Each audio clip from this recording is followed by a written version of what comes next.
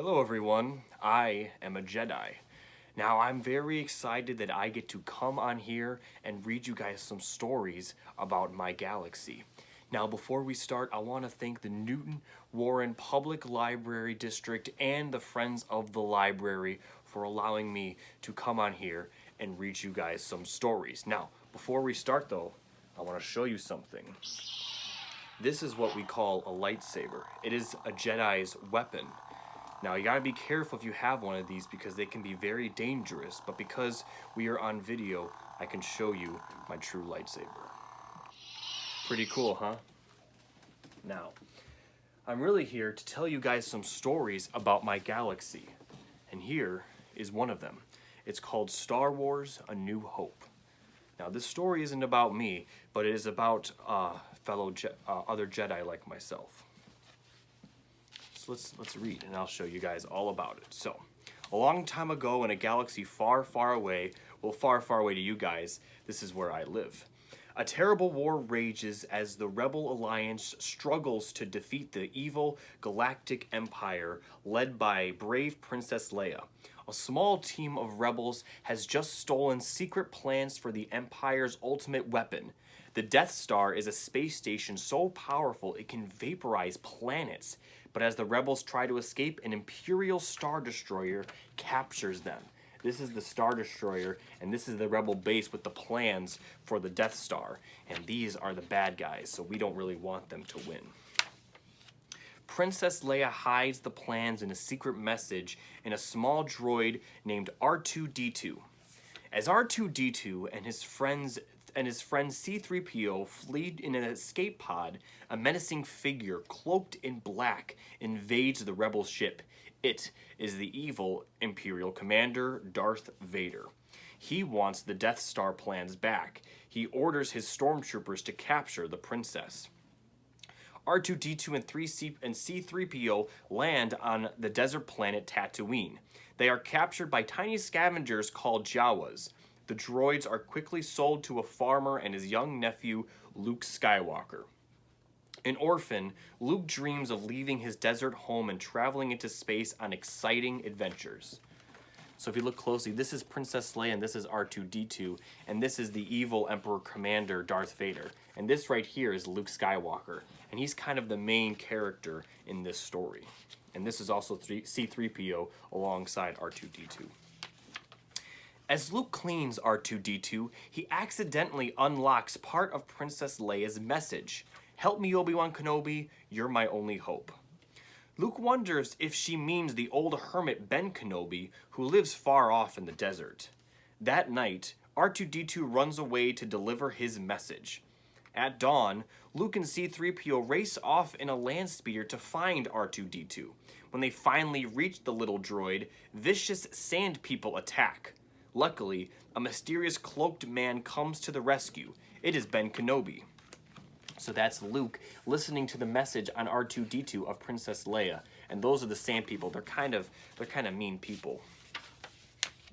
In Ben's hut, R2-D2 plays Princess Leia's full message. The princess asks Obi-Wan to travel to her planet Alderaan and help the rebels defeat the evil empire. Luke is amazed to learn that old Ben was once Obi-Wan Kenobi, a great Jedi Knight like myself, skilled in the ways of the Force. The Force is an energy field that gives the Jedi Knight his power. It binds the galaxy together, Obi-Wan explains. Obi-Wan then reveals that Luke's father was a Jedi Knight until Darth Vader destroyed him. Darth had been a student of Kenobi's until he turned to the dark side of the Force. Obi-Wan gives Luke a gift, his father's lightsaber, a powerful laser sword like the one I showed you earlier. "I want to learn the ways of the Force and become a Jedi like my father," Luke says.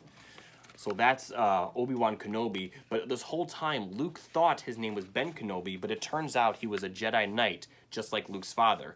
And that's the lightsaber that once belonged to Luke's father that Obi-Wan Kenobi took after his father's death. Luke, Obi-Wan, and the droids go to Mos Eisley Spaceport to find a spaceship to take them to Alderaan. They look for a pilot in a cantina crowded with strange and dangerous aliens.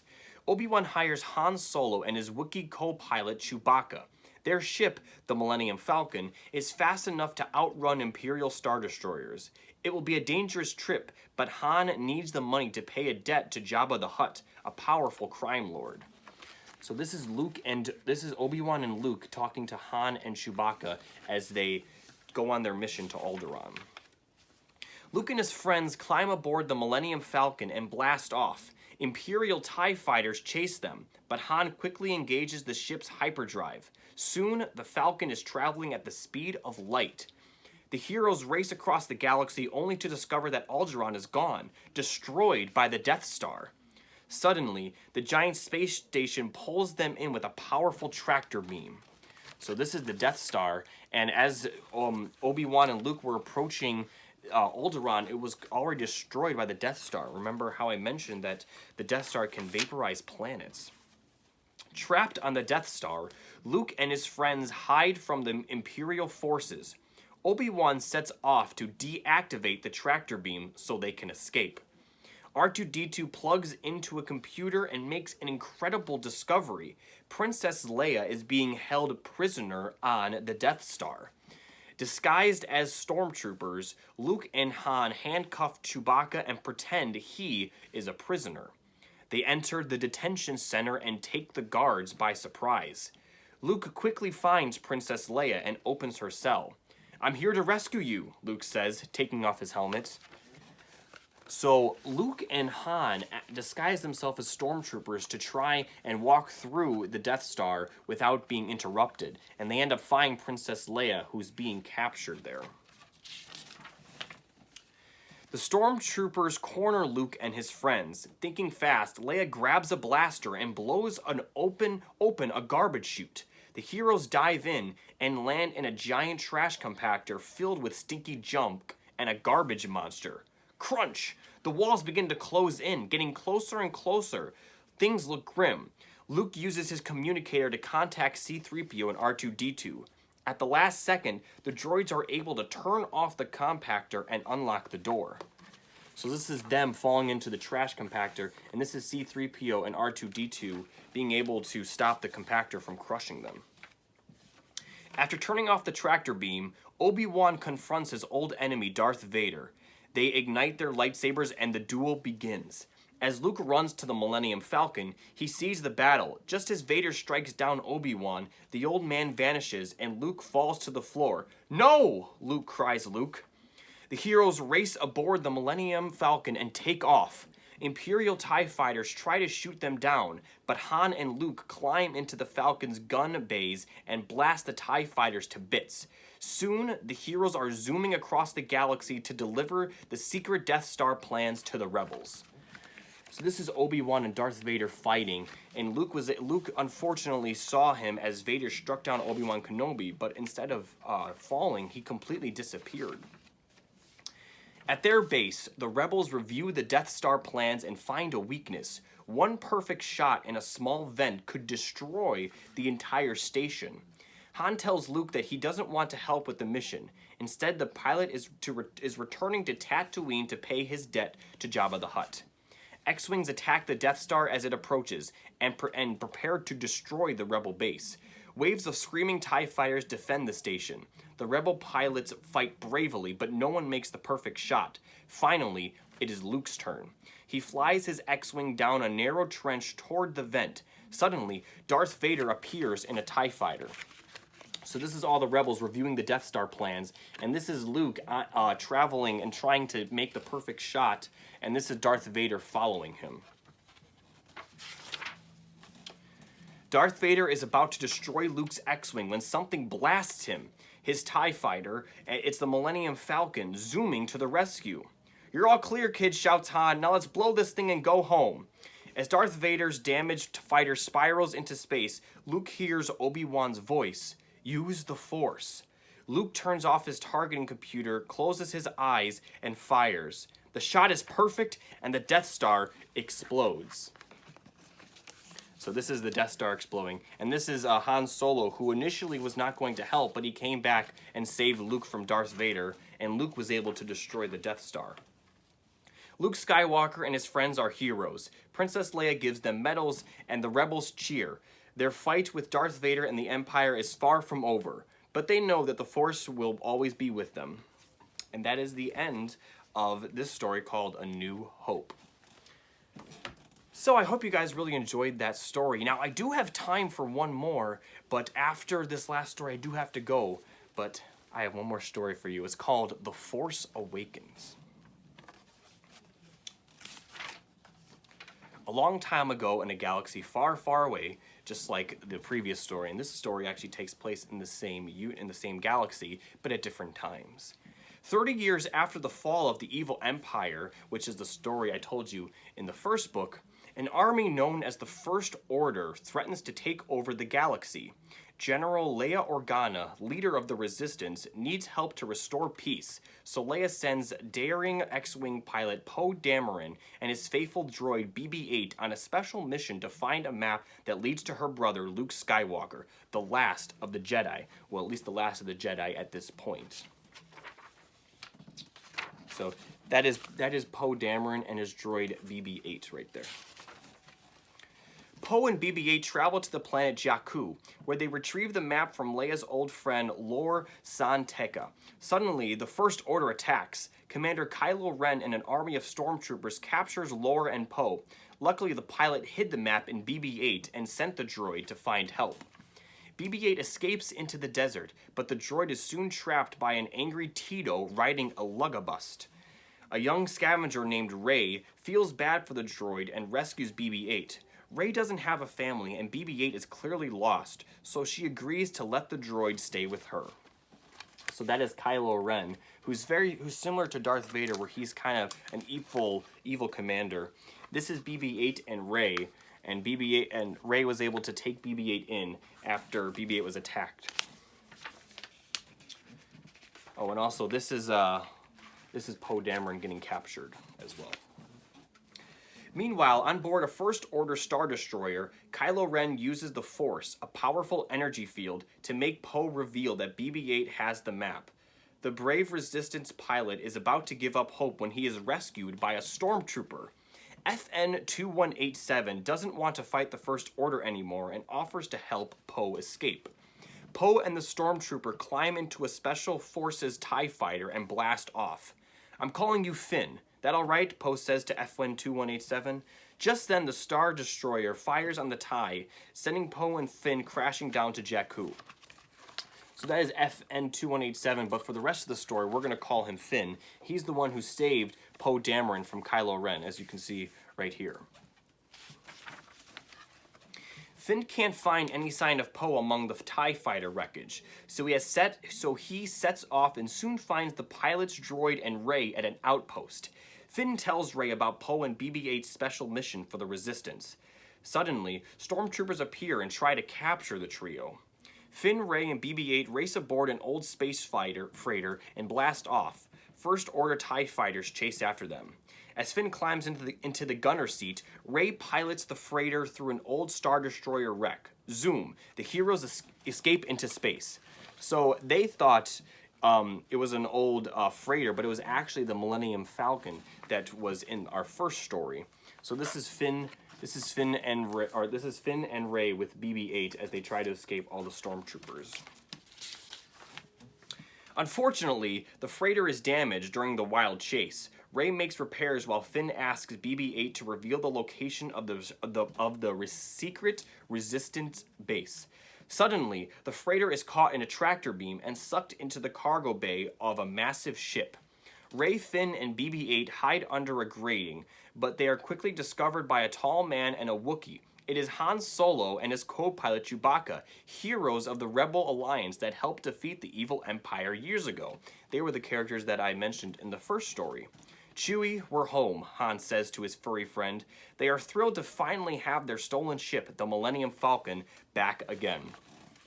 So this is Finn and Rey meeting up with Han Solo and Chewbacca in this ship that caught the Millennium Falcon in a tractor beam. Rey and Finn are eager to deliver BB-8 and the map to the Resistance base. But first, Han and Chewbacca have to deal with uninvited guests, the Kanji Club, and the Guavian Death Gang. Han owes both gangs money, and they are eager to collect. Rey wants to help, so she tries to close the blast doors and trap the gangs, but instead she accidentally releases Han and Chewie's cargo, vicious creatures called Rathtars. It is the distraction Han and Chewbacca need to make their escape. Together with Rey, Finn, and BB-8, they blast off in the Falcon. Meanwhile, Kylo Ren returns to the stronghold of the First Order, located on an ice planet. Starkiller Base is armed with a super weapon strong enough to destroy an entire solar system. Kylo Ren immediately reports to his master, Supreme Leader Snoke. The droid we seek is aboard the Millennium Falcon once again, piloted by Han Solo. Snoke snarls, "No one will stand in our way." Kylo Ren vows. Before flying to the Resistance base, Han Solo lands on planet Takodana to get help from a friend.